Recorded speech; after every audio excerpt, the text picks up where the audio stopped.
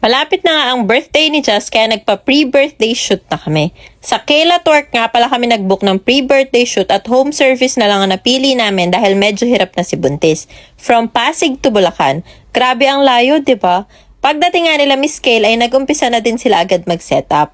Pink bear na nga lang din pala ang napili naming theme para sa second birthday ni Jazz dahil nahihilig naman siya sa mga stuffed toys na bear. Eto na nga yung final setup namin. Napaka-girly ng theme, 'di ba?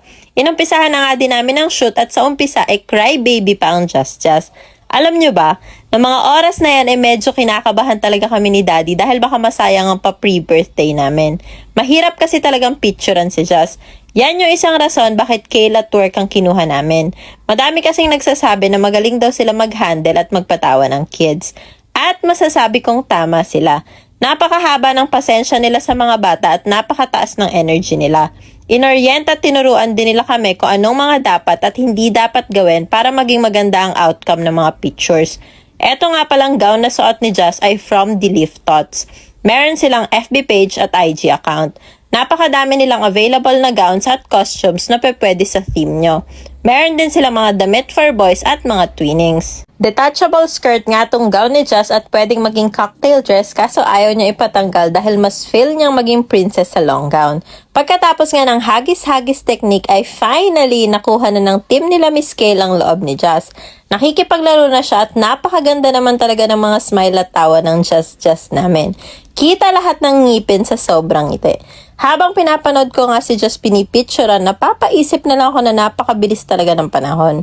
Dati months pa lang siya nung pinipicturean, ngayon mag 2 years old na. Sobrang bilis talagang lumaki ng mga anak natin. Kaya't habang bata pa talaga, dapat create more memories na.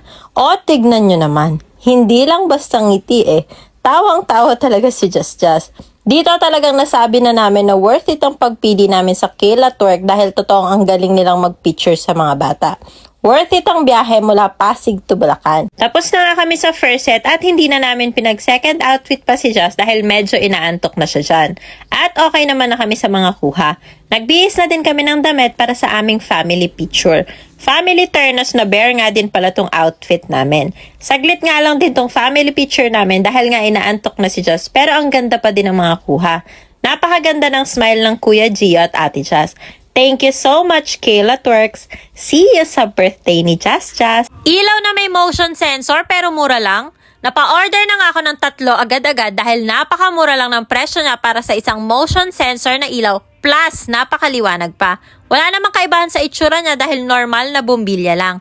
Nilagay na nga namin agad dito sa hallway namin dahil dito madilim talaga kahit medyo umaga pa. Kusa nga pala siyang bumubukas kapag nakaka-detect na siya ng motion. 4 to 5 meters din ang sensor distance niya kaya papalapit ka pa lang, umilaw na siya.